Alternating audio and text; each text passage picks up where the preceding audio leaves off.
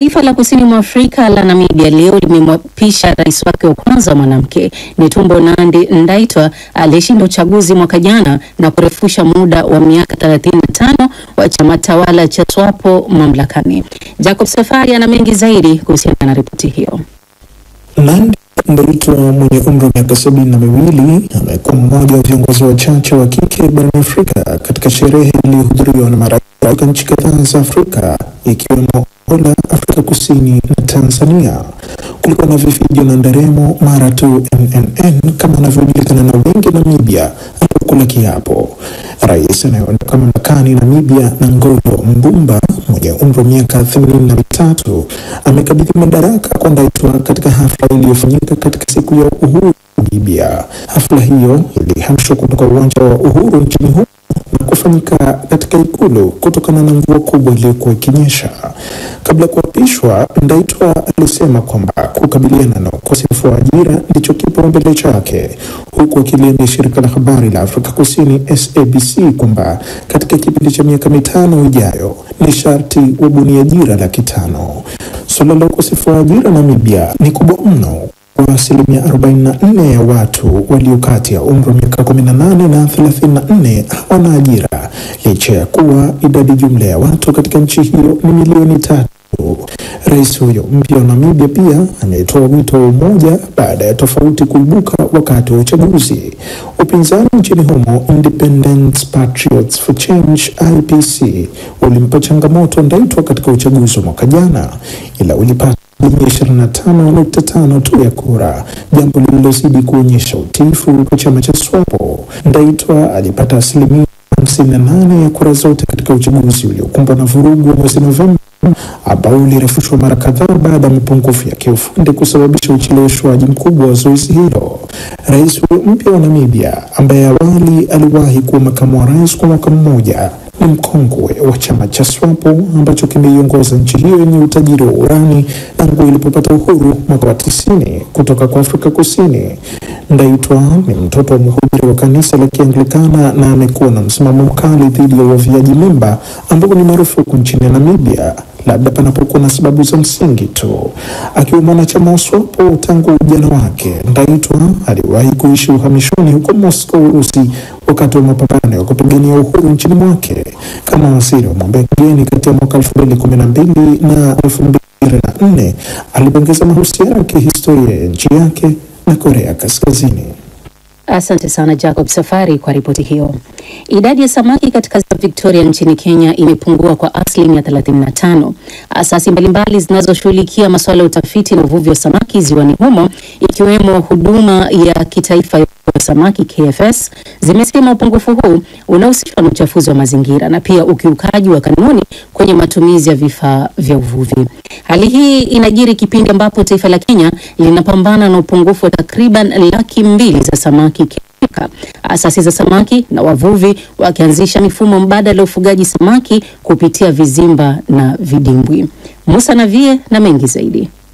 Kulingana na halmashauri ya maendeleo ya bonde la ziwa Victoria LBDA, kupungua kwa idadi ya samaki ziwani Victoria kunachangiwa na masuala mbalimbali ikiwemo uchafu unaoelekezwa ziwani humo ukichangiwa na ongezeko la watu wanaohamia kwenye maeneo ya mijini, ujenzi wa viwanda karibu sana na vyanzo vya ziwa hili katika miji kwenye nchi za Kenya, Tanzania na Uganda. Takwimu kutoka asasi mbalimbali zinazofungamana na utafiti wa samaki ziwani Victoria zinaonyesha upungufu wa hadi 35%. Mkurugenzi wa kilimo cha uchumi wa buluu Philip Olo Oriaro katika mahojiano na DW anaeleza kuwa nyingi ya shughuli za kibinadamu hutatiza maeneo ya kuzaliana kwa samaki, ikiwemo matumizi ya vifaa vya uvuvi vilivyopigwa marufuku. Na kuna mambo nyingi yameleta hiyo. Kwanza, idadi ya watu wameongezeka na wenye wanaenda kufanya uvuvi wameongezeka. Kuna viwanda zimeongezeka, ukiangalia hali ya Kisumu, ukienda Homa Bay, ukienda Jinja, ukienda pia Mwanza, alafu tunaleta uharibifu wa mazingira. Asasi ya LBDA inasema kutatua changamoto hii tayari imeweza kuwekeza katika mikakati ya dharura kupambana na upungufu wa viwango vya samaki ziwani kwa kuanzishwa mpango wa kuwashirikisha wavuvi na jamii zinazozunguka ziwa Victoria kuwekeza katika ufugaji samaki wa vizimbani ziwani na kwenye vidimbwi vya samaki. wameanzisha kituo cha uzalishaji vitoto vya samaki kilichopo Kisumu kinachozalisha samaki wachanga wapatao milioni 4 na kisha kuwasambazia wavuvi wafugaji samaki kwa gharama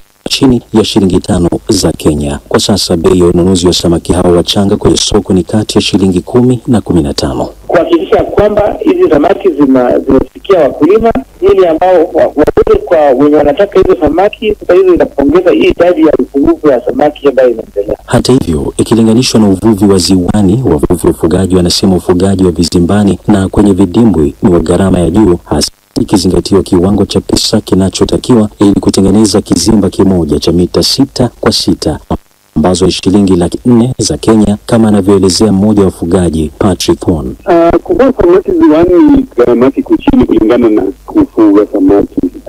Ya gharama ndio iko juu, manake baada ya kutengeneza ile gharama ya chakula kwa miezi 11. Kwa mujibu wa data kutoka huduma za uvuvi wa samaki KFS, uzalishaji wa samaki katika majimbo yote yanayopakana na ziwa Victoria nchini Kenya isipokuwa Siaya umepungua kati ya mwaka 2013 hadi 2022 kutoka tani 80,150 hadi 50,053. Musa Navie, Ameleta hiyo. Kwanza idadi ya watu wameongezeka na wenye wanaenda kufanya uvuvi wameongezeka. Kuna viwanda zimeongezeka, ukiangalia hali ya Kisumu, ukienda Homa Bay, ukienda Jinja, ukienda pia Mwanza, alafu tunaleta uharibifu wa mazingira. Asasi ya LBDA inasema kutatua changamoto hii tayari imeweza kuwekeza katika mikakati ya dharura kupambana na upungufu wa viwango vya samaki ziwani kwa kuanzishwa mpango wa kuwashirikisha wavuvi na jamii zinazozunguka ziwa Victoria kuwekeza katika ufugaji samaki wa vizimbani, ziwani na kwenye vidimbwi vya samaki. Wameanzisha kituo cha uzalishaji vitoto vya samaki kilichopo Kisumu kinachozalisha samaki wachanga wapatao milioni 4 na kisha kuwasambazia wavuvi wafugaji samaki kwa gharama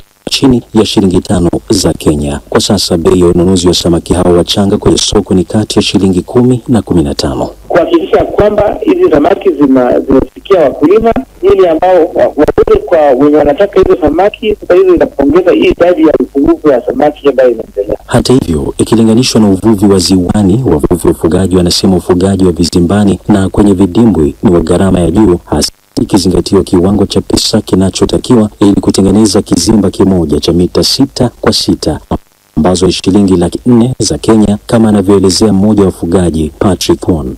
Kufuga samaki ziwani gharama iko chini kulingana na kufuga samaki.